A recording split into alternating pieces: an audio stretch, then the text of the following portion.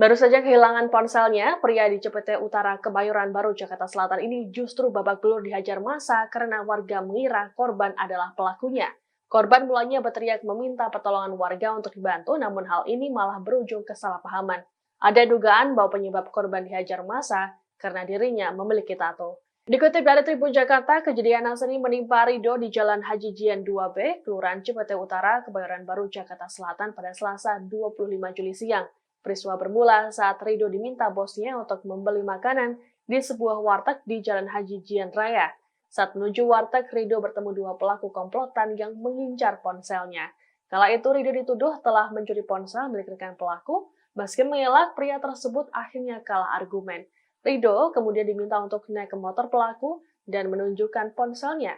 Naas, pelaku melarikan ponsel Rido dan membuat korban berteriak meminta tolong. Namun warga justru memukuli Rido hingga luka-luka karena menganggap ia adalah pelakunya. Video pemukulan ini telah beredar di media sosial dan jadi viral. Ketua RW 7 Cipete Utara, Eko Raharjo menduga warga memukuli Rido karena tato yang dimilikinya. Beruntung ada rekaman CCTV yang jadi bukti bahwa Rido tidak bersalah. Saat ini pihaknya masih mendata warga yang terlibat penganiayaan terhadap Rido. Akibat peristiwa ini, Rido mengalami luka di pelipis kanan dan memar di area tulang belikat. Dari hasil mediasi, korban sepakat untuk menyelesaikan persoalan secara kekeluargaan.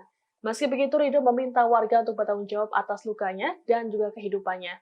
Pasalnya, ia harus berhenti bekerja sementara waktu untuk memulihkan trauma.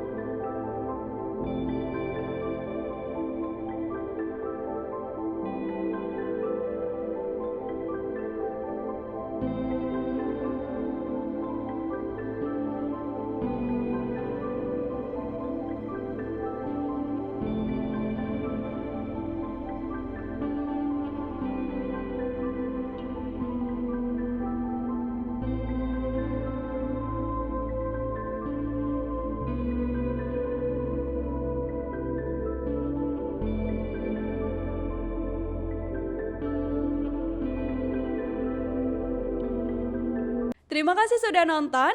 Jangan lupa like, subscribe, dan share ya.